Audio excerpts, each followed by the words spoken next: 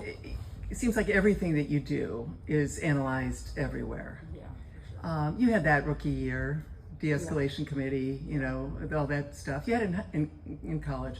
But there seems to be maybe even more this year, at least it looks that way. You know, and then well, everybody had a year off, so I gotta pick up, you know. that's certainly one way to look at it. You know, Brianna Stewart, you know, has a scene in the huddle, and it gets almost no attention, obviously. Yeah. Is there any part of this that is a compliment to you, that people care so much about you that they just can't stop talking about you? I mean, I hope, I guess. I don't really know how to answer that.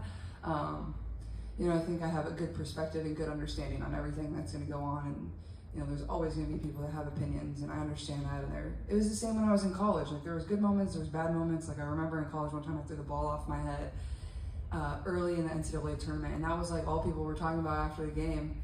And I think it's just like a good representation of like everything is analyzed, and you know, that's okay. It's a good position to be in, but also it takes great responsibility, and you know, you have to understand that. And there's be moments where you get frustrated with yourself, but you try to take a deep breath. And you know, I'm human too. Like, I'm not perfect, and sometimes I think that's hard for, you know, the common fan or the people that don't play competitive sports at this level. Is like, we go through a lot of really hard things too. That's never an excuse for things, but we do have the human side to us as well, and we want to be perfect, and we always go back and analyze and find ways to be better. But yeah, I mean, I guess, I don't know if it was a compliment or not. I guess I'm glad it hasn't gone away. Like, I take pride in that, and like I've said before, like, I would never change it.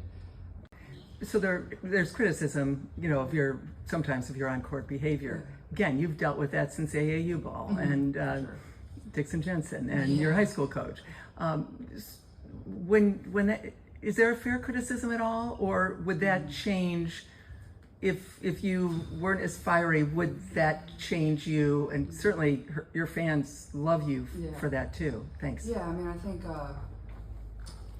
I don't think I would be as good of a player if I was very stoic and straight-faced all the time. And you know, I think you always want your mind to be neutral, but like, you also want to be excited and passionate and fiery and feisty, and you know, maybe you have a moment with a ref here and there, or maybe you get super excited and get the crowd hyped up. Like, that's what's so fun about competitive sports. That's why I like watching competitive sports. And I think basketball is like one of the best environments to do that, because the fans are right on top of you. Like, you get to see the player that you idolize. Like, it's a little different like in football or even baseball, like they're out in the field or whatever it is. Like, I think basketball is like one where you can really feel truly connected and a part of the craze with your favorite player. And I think that's why a lot of people have enjoyed watching me over the course of my career, is like they've been able to enjoy the fun and enjoy the ride with me along the way. Like, and they've certainly been a part of it. You know, the fans have, and the people that have supported me. Like, I wouldn't be the player I am if it wasn't for everybody that was cheering me on, or, you know, even the people pushing me to be better. But, you know, I'm never going to lose that. I think there's always ways to channel it and be better. And there's moments where you need it. And then there's moments where you just gotta,